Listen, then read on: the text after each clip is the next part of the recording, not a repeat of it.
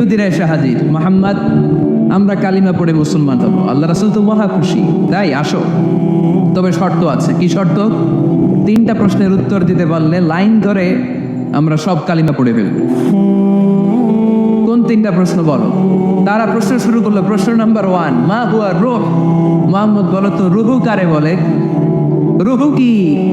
রুহু কাকে বলে? হুয়া রূহ। মুহাম্মদ বলো রুহু কারে বলে? এই যে রুহু, এটা দেহের মধ্যে ঢুকলে মানুষ নড়ে চড়ে, অ্যানিমেশন, জীবন্ত প্রাণবন্ত, আছে না নাই?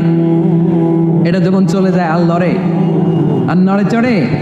2 কান্দে ছিল যে তোমারে 2 জন পাহারা, তোমারে একলা থুইয়া পালাইছে তাহারা। তোমার 8 কুঠুরি 9 দরজা বন্ধ এবার হলো রে হলো মুখে আল্লাহ রসুল সবে বলো।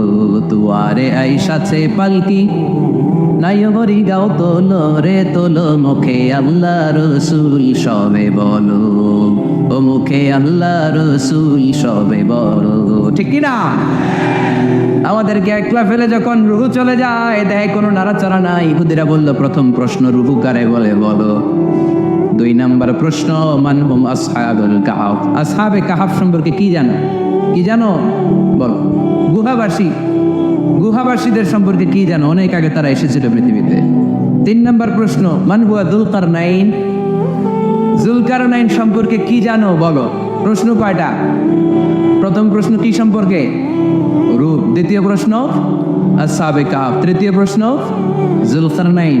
আল্লাহ রাসূল সাল্লাল্লাহু আলাইহি ওয়াসাল্লাম বললেন গাদান উজিবুকুম। তাফসীর ইবনে কাসিরে এসেছে, তিনি উত্তর দিলেন গাদান উজিবুকুম, আই উইল আনসার টুমরো।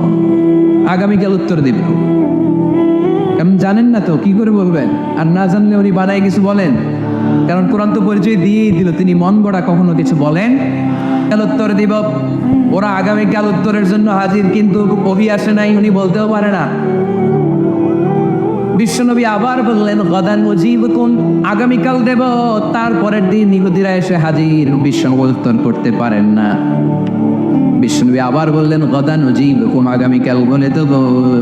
আগামীকাল ওরা এসে হাজির, তৃতীয় দিনও তিনি পারেন না। এসে হাসাহাসি শুরু করছে, এই মক্কার লোকেরা দেখো, এই লোকটা এতদিন তোমাদেরকে ভুল বুঝাইছে। এই লোকটা এতদিন বলেছে তিনি নবী। তিনি যদি নবী হতো তিনি তো প্রশ্নের উত্তর করতে পারতো, পারে না কেন? পারে না কেন?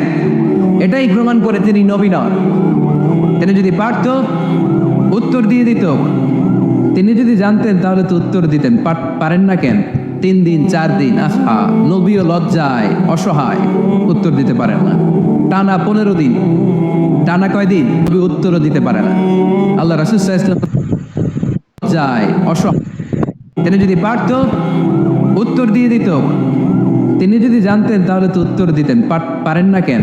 3 দিন 4 দিন, আহা, নবীও লজ্জায় অসহায়, উত্তর দিতে পারেন না। টানা 15 দিন, টানা কয়দিন ওহী আসে নাই, নবী উত্তরও দিতে পারে না। আল্লাহ রাসূল সাল্লাল্লাহু আলাইহি ওয়াসাল্লামের জন্য এত বিব্রতকর পরিস্থিতি আর কখনো ছিল না।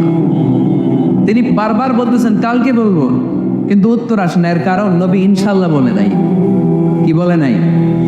নবীর মাধ্যমে, আমার পেয়ারা নবীর মাধ্যমে আমাদেরকে শিখানোর জন্য আল্লাহ 15 দিন ওহী নাজিল বন্ধ করলেন। চিল্লায় বলেন কয়দিন?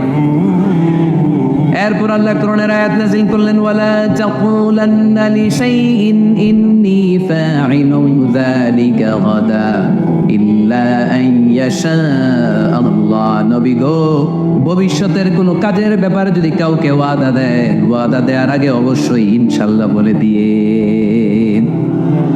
নবীর মাধ্যমে আমরা শিখে গেলাম না? এবার আল্লাহ 3টা প্রশ্নের উত্তর জানাই দিলেন। ইয়াসআলুনাকা আনির রূহ قل الروح من أمر ربي وما أوتيتم من العلم إلا قليلا।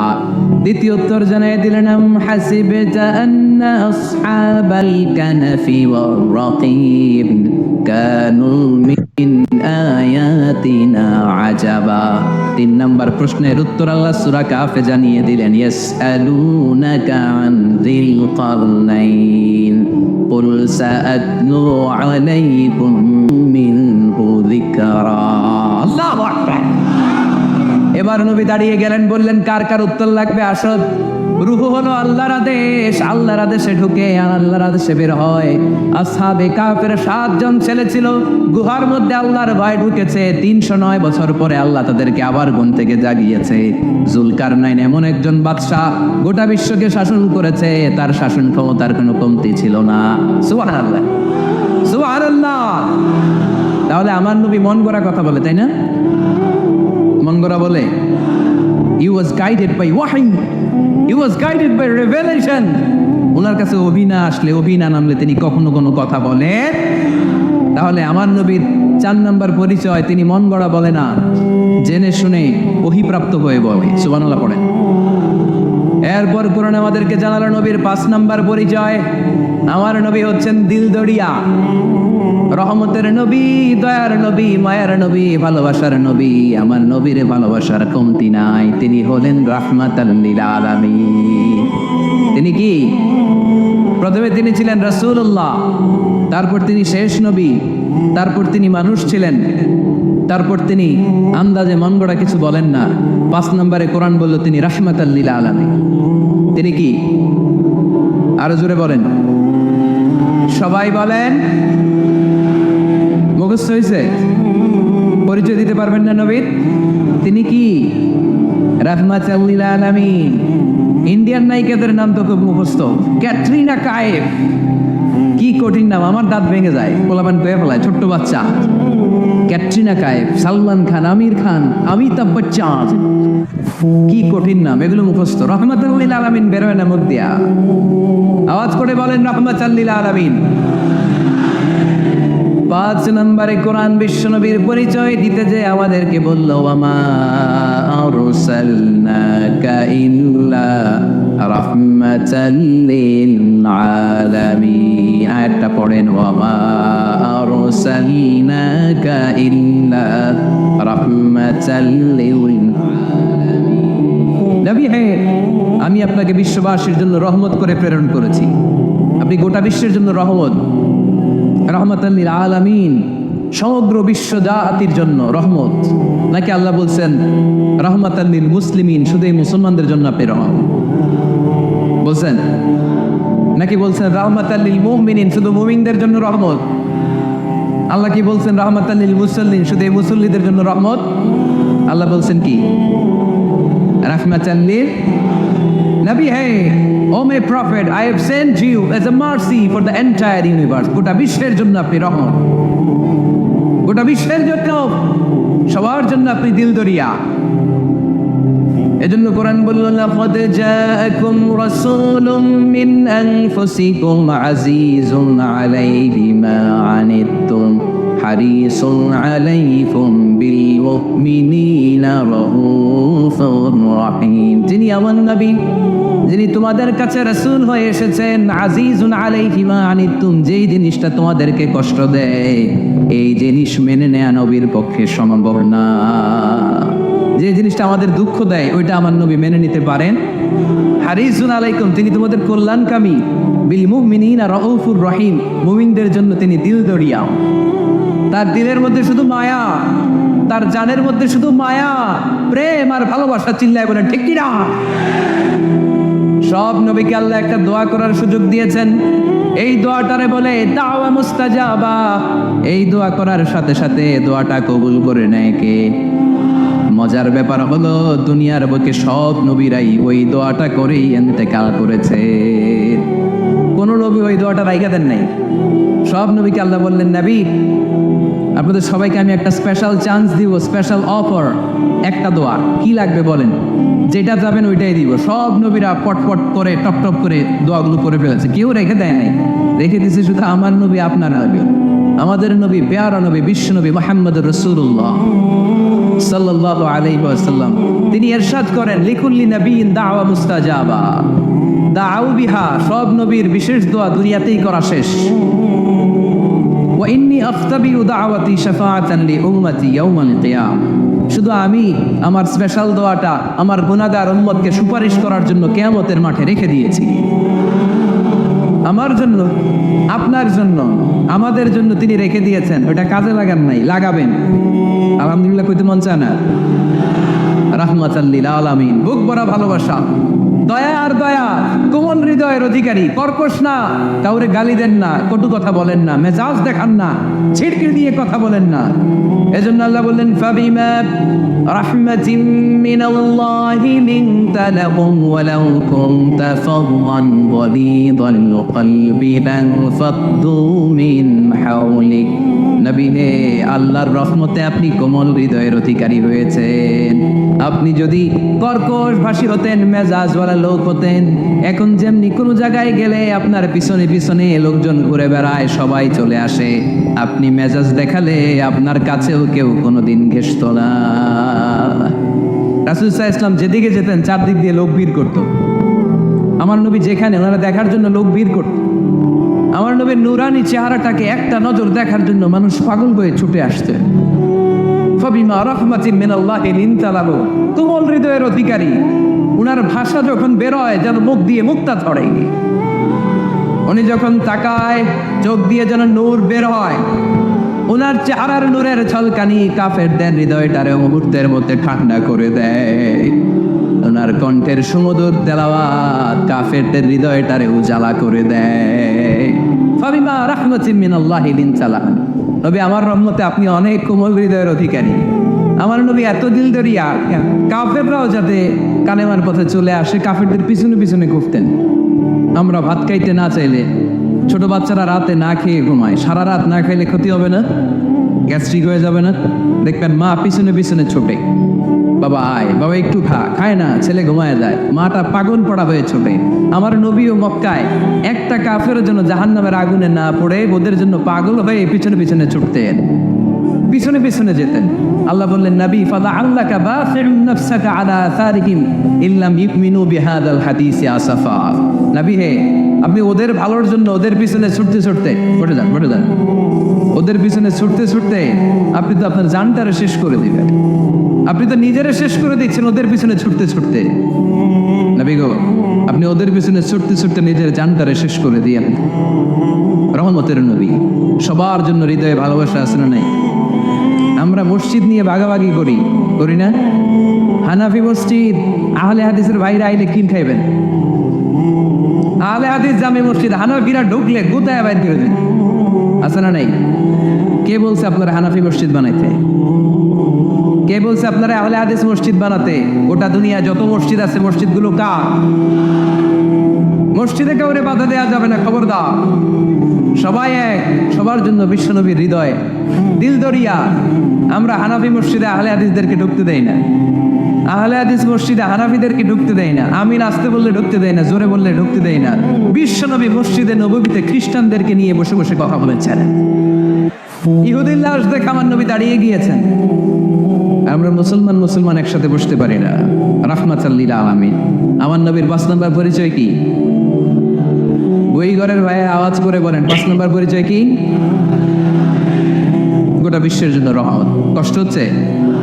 শেষ করে দেই। অনেক শুনলেন তো, এক ক্লাস কি এত লম্বা হয় নাকি? হ্যাঁ, ঘন্টা পরে যাবে এখন।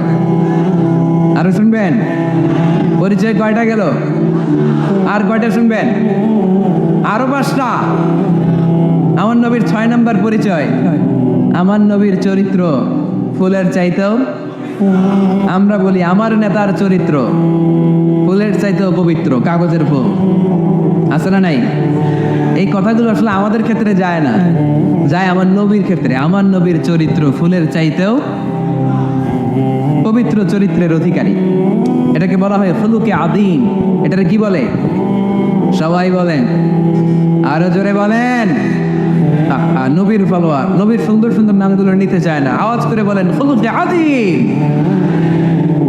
আরবিতে ফুলুক মানে চরিত্র, ফুলুক মানে এটার বহু বচন আখলাক। আখলাক তো বুঝেন, বলি না লোকটার আখলাক খুব ভালো, স্বভাব চরিত্র ভালো। তো আমার নবীর স্বভাবকে এত অনুপম, এত সুন্দর করে আল্লাহ কোরআনে তুলে ধরেছেন। আল্লাহ এটার নাম দিয়েছেন ফুলুকে আদিম। কি নাম? ফুলুক 3 ধরনের। কয় ধরনের? ফুলুকে হাসান, ফুলুকে কারিম, ফুলুকে আজিম। আই রিপিট, ফুলুকে হাসান, ফুলুকে কারিম, ফুলুকে আদিম। আবার বলি, ফুলুকে হাসান, ফুলুকে কারিম, ফুলুকে আদিম। ফুলুকে হাসান মানে সমান সমান, উনিও ধমক দিছে আমিও ধমক দিছি, এটা ফুলুকে হাসান। আমি তো খারাপ কিছু করি নাই, আমি অতিরিক্ত জুলুম করছি নাকি ওনার উপরে? উনিও দমক, আমিও দমক, সমান সমান। এটা খুলুকে হাসান। নবীর এটা ছিল না। আরেকটা হচ্ছে খুলুকে কারিম। উনি ধমক দিছে, আমি ধমক দেই নাই, আমি সহ্য করে নিয়েছি। এটা খুলুকে কারিম, এটা খুলুকে কারিম। নবীর এটাও ছিল না, নবীর ছিল এটা খুলুকে আজিম। উনি ধমক দিছে, আমিও ধমক দিছি, না এটা করেন নাই।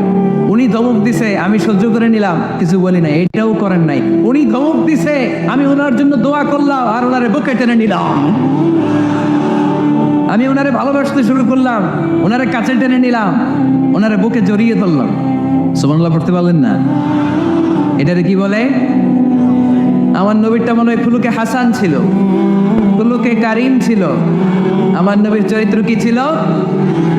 এজন্য আল্লাহ বললেন, ওয়া ইন্নাকা লাআলা খুলুকিন আযীম। নবী হে, একটা অনুপম সুন্দর চরিত্র দিয়ে আমি আপনারে তৈরি করেছি।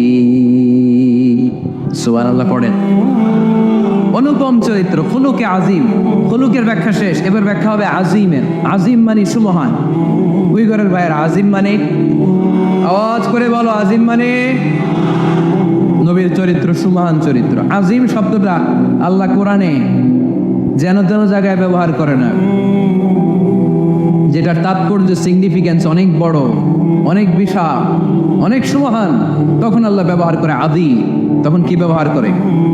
কিয়ামতের দিন আল্লাহ যে একটা ভূমিকম্প পৃথিবীটারে ধরে যাওয়ার একটা ছাকুনি দিবেন, পাহাড়গুলো ভেঙে খান খান হবে, স্যাটেলাইট গুলো ভেঙে টুকরা টুকরা হবে। ওই ভূমিকম্পটা মনে হয় সাধারণ ভূমিকম্প। এই ভূমিকম্পের মতো ভূমিকম্প পৃথিবীবাসী কোনোদিন দেখে নাই। এজন্য ওই ভূমিকম্পের বর্ণনা দিতে যে আল্লাহ কোরআনে বললেন, ইন্না জালজালাতাস সাআতি লাশাইউন আযীম। নিশ্চয়ই কিয়ামতের দিনের ভূমিকম্প এটা সাধারণ ভূমিকম্প নয়, এটা সুবিশাল ভয়ঙ্করতম ভূমিকম্প, ঠিক কি না? এই কিতাবটা তো দুনিয়ার অন্যান্য সাধারণ কিতাবের মতো একটা কিতাব, তাই না? অসাধারণ, এটার তুলনা হয় না। এটার মর্যাদা কত বলে বোঝানো যাবে না। তাই এই কিতাবটার কথা বলতে যে আল্লাহ কোরআনে বললেন এটাও আজিম কিতাব। ওয়ালাকাদ আতাইনাকা সাবআম মিনাল মাসানি ওয়াল কুরআনাল আযীম। নবী হে, আপনারা আমি নিত্য পাঠনীয় সপ্তবাক্য দিয়েছি, সাথে সাথে কোরআনে আজিম দিয়েছি। এটা সাধারণ কোরআন না, এটা কোরআনে আজিম। তাহলে ভূমিকম্প এটা বড় ভূমিকম্প, তাই এটা ভূমিকম্প আজিম। এটা সুমহান কোরআন, তাই এটা আজিম। আমার আল্লাহর সত্তা এটা কি সাধারণ না সুবিশাল? এজন্য আল্লাহ নিজের পরিচয় দিতে যেও ব্যবহার করেছেন আযীম। কি ব্যবহার করেছেন? আয়াতুল কুরসি মুখস্থ আছে না সবার? আছে, আছে। সব শেষে আল্লাহ বললেন, ওয়ালা ইয়াউদুহু হিফযুহুমা ওয়া হুয়াল আলিয়্যুল। সবাই বলেন ওয়া হুয়াল আলিয়্যুল। তাহলে আল্লাহ নিজের পরিচয় দিতে যেও বলেছেন আযীম। তাহলে ভূমিকম্পটা বড়, এটা আযীম। কোরআন যেন যেন কিতাব নয়, এটা আযীম। আমার আল্লাহ সাধারণ কোনো সত্তা নয়, এটা আযীম। আমার নবীর চরিত্র সাধারণ চরিত্র নয়, এটাও আযীম। চিল্লায় বলো ঠিক কি না? এজন্য আল্লাহ বলেছেন, ওয়া ইন্নাকা লাআলা খুলুকিন আযীম। নবী হে, আপনার চরিত্রের কোনো তুলনা হয় না। এত সুন্দর, এত অনুপম চরিত্র আপনার চরিত্র। এক মাথা থেকে পা পর্যন্ত এক ফোঁটা কালো দাগ ফেলানোর মতো কোনো সুযোগ আপনার চরিত্রের ভেতরে নাই। চিল্লায় পড়েন আল্লাহু আকবার। এজন্য কোরআন আমাদেরকে জানিয়েছে, ওয়া ইন্নাকা লাআলা খুলুকিন আযীম। নবী হে, আমি আপনাকে সুমহান চরিত্র দান করেছি। সুবহানাল্লাহ। তাহলে 6 নম্বর পরিচয় কোরআন যেটা আমাদেরকে জানালো, আমার নবীর চরিত্র ফুলের চাইতেও সুমহান চরিত্রের অধিকারী, সুমহান চরিত্রের অধিকারী। সুবহানাল্লাহ পড়েন। 7 নম্বরে কোরআন বলে, আমার নবী হলো আলোর মশাল। আমার নবী কি? আরো জোরে বলেন। আলোর মশাল দেখছেন আপনারা? কে কে দেখছেন? বাকিরা দেখেন নাই? বাকিরা কি দেখছে? হারিকেন, একজনকে হারিকেন। মোমবাতি দেখছেন কে কে? দেখি। ও, এটা মোমবাতি জেনারেশন। হ্যাঁ, মোমবাতি দেখেছেন আপনারা, ঠিক আছে। আল্লাহ রাসূল সাল্লাল্লাহু আলাইহি ওয়াসাল্লামকে আল্লাহ আলোর মশালের সাথে তুলনা করেছেন। আল্লাহ নবীকে কোরআনে বলা হয়েছে তিনি আলোকবর্তিকা। হিদরাতুন মানে বিড়াল, আর হুরায়রা মানে ছোট্ট বিড়াল। তো উনি বিড়াল পালতেন, বিড়াল নিয়ে দুষ্টামি করতেন। আমাদের অনেকে শখ আছে, ঘরে আমরা বিড়াল পালি। উনি একবার ঢোলা জামা এই জুব্বার আস্তিনের মধ্যে বিড়াল নিয়ে রাসূল সাল্লাল্লাহু আলাইহি ওয়াসাল্লামের কাছে আসছে। আল্লাহ রাসূল দেখলেন যে আবু হুরায়রা বিড়াল নিয়ে দুষ্টামি করে। আল্লাহ রাসূল সাল্লাল্লাহু আলাইহি ওয়াসাল্লাম রসিকতা করে মজা করে ডাক দিলেন, ইয়া আবা হুরায়রা, এই বিড়ালের বাবা। আসলে নাম কি ছিল? আব্দুর রহমান। টাকা দরকার ছিল ইয়া আব্দুর রহমান। এটা না রেখে রাসূল সাল্লাল্লাহু আলাইহি ওয়াসাল্লাম মজা করে বললেন, ইয়া আবা হুরায়রা, এই বিড়ালের বাবা। রাসূল সাল্লাল্লাহু আলাইহি ওয়াসাল্লাম কিন্তু এরকম মজা প্রায় করতেন। প্রায় সাহাবাদের মধ্যে তিনি মজা করতেন, রসিকতা করতেন। তবে এটা হালাল রসিকতা ছিল, হালাল এন্টারটেইনমেন্ট। রাসূল সাল্লাল্লাহু আলাইহি ওয়াসাল্লাম একটু রসিকতা করে বললেন, ইয়া আবা হুরায়রা, হে বিড়ালের বাবা। তখন থেকে আবু হুরায়রা রাদিয়াল্লাহু তাআলা আনহুকে সবাই আব্দুর রহমান না বলে বিড়ালের বাবা বলে ডাকতে শুরু করলো। সুবহানাল্লাহ। এবং উনি নিজেও এটা নিজের জন্য পছন্দ করলেন, বিড়ালের বাবা। তো ওনার নাম হচ্ছে বেসিক্যালি আব্দুর রহমান। যেহেতু বিড়াল নিয়ে দুষ্টামি করতেন এবং রাসূল সাল্লাল্লাহু আলাইহি ওয়াসাল্লাম একবার যখন এ বিড়ালের বাবা বলে ডাক দিলেন, তারপর থেকে উনি কি হয়ে গেলেন? আবু হুরায়রা। উনি এই হাদিসটি বর্ণনা করেছেন, উনি নিজে শুনেছেন রাসূল সাল্লাল্লাহু আলাইহি ওয়াসাল্লামের কাছ থেকে এই হাদিসটি। উনি সর্বাধিক হাদিস বর্ণনাকারী সাহাবী। উনার চেয়ে বেশি হাদিস কোনো সাহাবী বর্ণনা করেননি। 5374টি হাদিস বর্ণনা করেছেন। মসজিদে নববীর পাশে একটা বারান্দা আছে, এটাকে বলে সুফা। এই বারান্দায় যে সাহাবারা থেকে থেকে পড়াশোনা করতো ওনাদেরকে বলা হতো আহলে সুফা। আবু হুরায়রা রাদিয়াল্লাহু তাআলা আনহু এই আহলে সুফার সদস্য ছিলেন।